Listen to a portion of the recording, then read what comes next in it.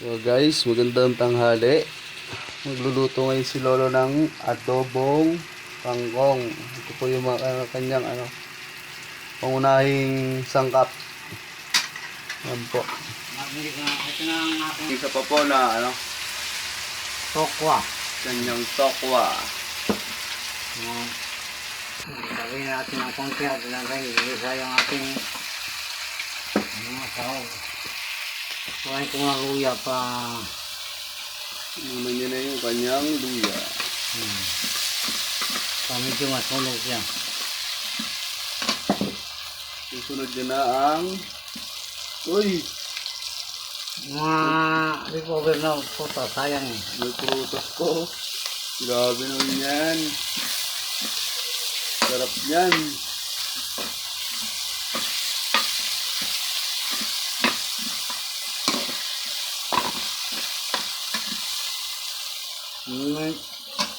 Susunod niya na ang kamatis.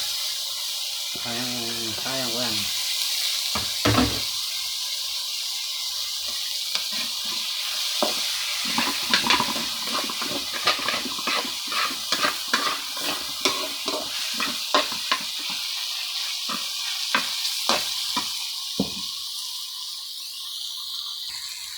Susunod niya na po ang kangkong. Hindi ka curry powder.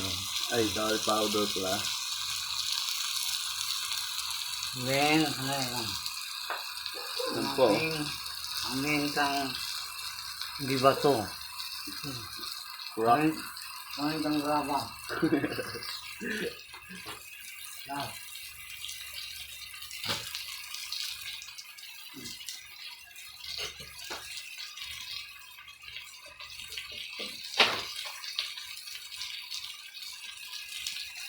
Guys, adobo po yan na may chicken curry. Susunod niya na po ang ating oyster ko. oyster.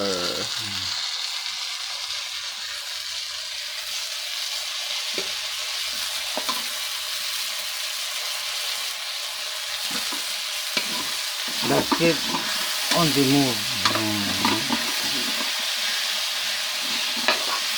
In the moon.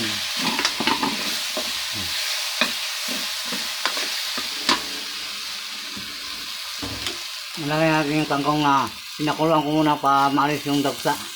Kasi kung kasama yung dagsa, mapait. Kaya minsan yung kangkong na silikon nyo ang lasa.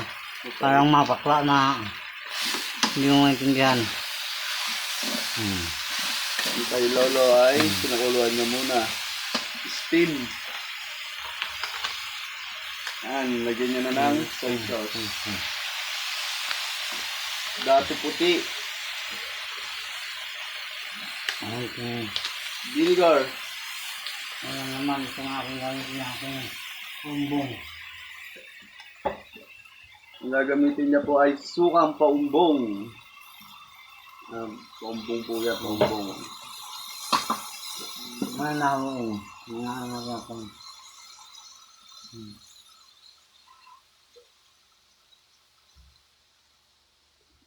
Guys.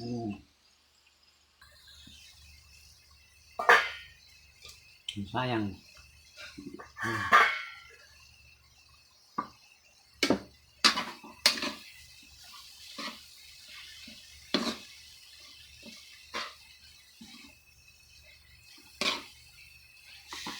Adobo yan ng Chinese Mandarin na gawang Intercontinental Hotel Manila. Kaya lang wala na yung hotel na turn down na. Kasi tapos na yung kontrata ng building sa Oyala.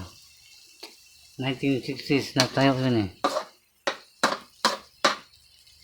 Intercontinental Hotel Manila. Kung saan ako dati nagtrabaho bilang isang waiter. Punta sa kusina, assistant cook.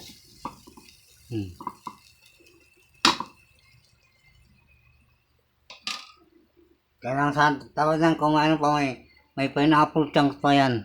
Nilalagay sa ibabaw pineapple chunks. Bago serve. Pero ipiprito mo na yung pineapple slice. Ipiprito mo na siya ng mo.